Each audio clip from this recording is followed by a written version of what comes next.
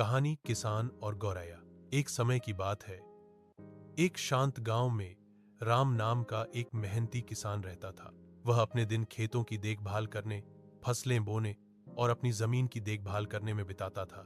एक दिन जब वह बीज बोने की तैयारी कर रहा था, तो एक छोटी सी चिड़िया पास के पेड़ पर बैठ गई और खुशी से चहकने लगी।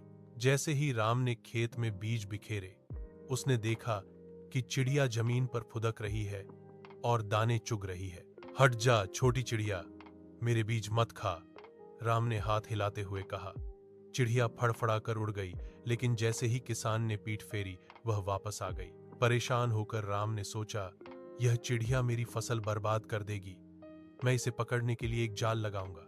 अगले दिन राम ने अपने खेत में एक जाल बिछाया, यह सोचकर कि वह चिड़िया को पकड़ लेगा। लेकिन जब वह जाल देखने आया, तो उसने देखा कि न सिर्फ चिड़िया बल्कि कई और छोटी चिड़ियां भी जाल में फांसी हुई हैं और निकलने के लिए संघर्ष कर रही हैं। डरी हुई चिड़ियों को देखकर राम रुक गया।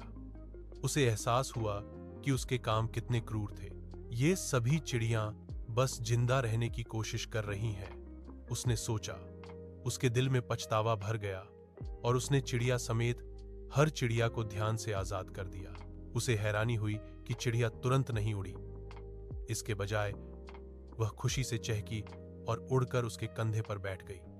उस दिन से राम ने अपने बीजों का एक छोटा सा हिस्सा चिड़ियों के साथ बांटने का फैसला किया।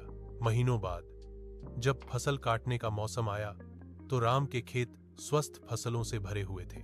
उसने देखा कि चिड़ियां और दूसरी चिड़ियां आसपास उड़ रही हैं और उन कीड़ों को खा रही हैं जिन्होंने कभी उसके पौधों को नुकसान पहुंचाया था। राम मुस्कुराया और कहा, अब मुझे समझ में आया कि सभी जीवित प्राणियों का सम्मान करने से सद्भाव आता है। चिड़िया चहकी, जैसे कह रही हो, समझने के लिए धन्यवाद। सीख, सभी जीवित प्राणियों का सम्मान करें। दया और सह अस्तित्व दुनिया में संतुलन लाते हैं। ऐसी और कहानियों के लिए चैनल को सब्सक्राइब करें।